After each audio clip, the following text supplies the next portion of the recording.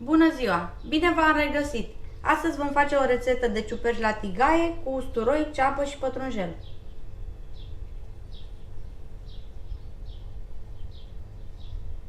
Pentru rețeta de azi avem nevoie de 1 kg de ciuperci șampinion pe care le-am tăiat în felii,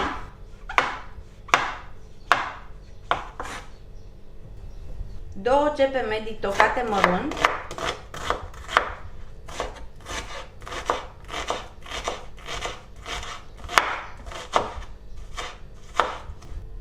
5 căței de usturoi tăiați în felii,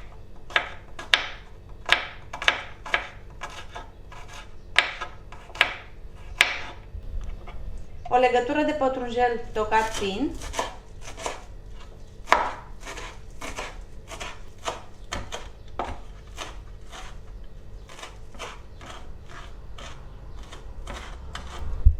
$50 ml de ulei, sare și piper.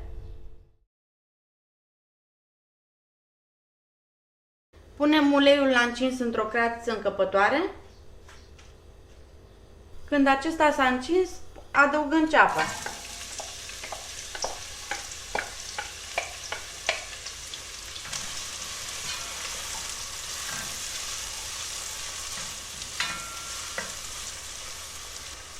O călim la foc mic pentru 5 minute, amestecând din când în când, ca să nu se lipească.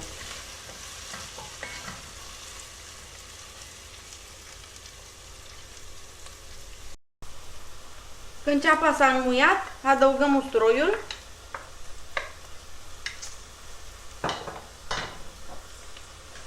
punem piper proaspăt măcinat,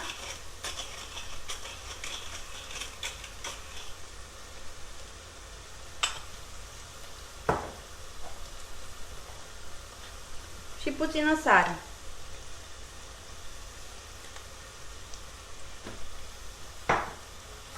Amestecăm și lăsăm un minut la foc mic.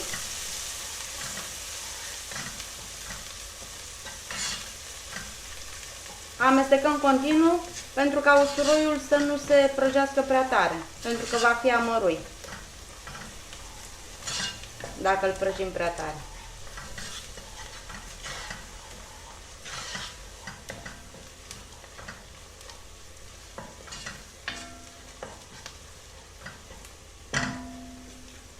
Apoi adăugăm ciupercile.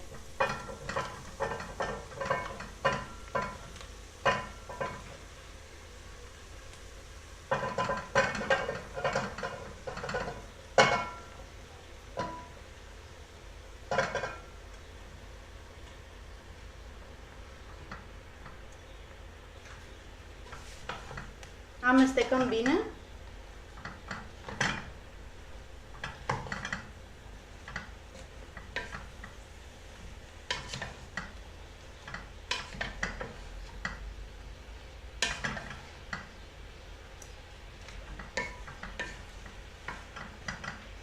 Dăm focul mai tare și lăsăm ciupercile să se gătească cam 15-20 de minute, amestecând din când în când.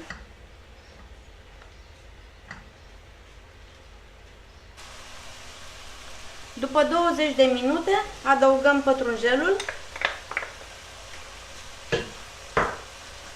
amestecăm,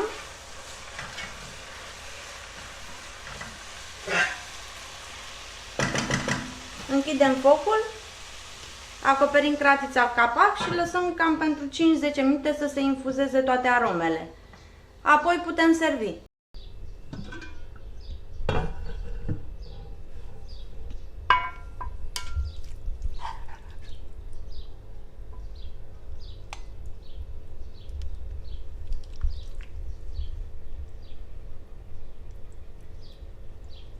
Vă mulțumesc că ați urmărit rețeta de azi. Dacă v-a plăcut, vă invit să vă abonați la canalul meu și să dați like rețetelor care vă plac. Pentru dumneavoastră este gratuit, dar pentru mine înseamnă foarte mult. Vă doresc o zi minunată!